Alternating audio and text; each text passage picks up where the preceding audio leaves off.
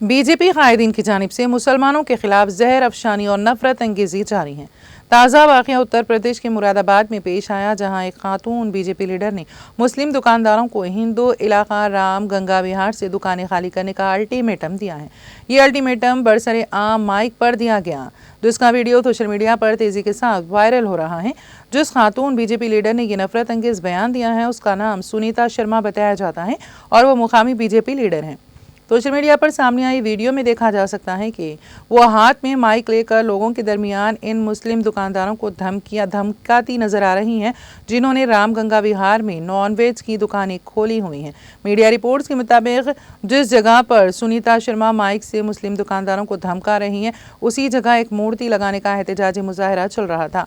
वहां पर हिंदू तंजीम से वाबस्ता कुछ लोग भी मौजूद थे। इस दौरान बीजेपी लीडर सुनीता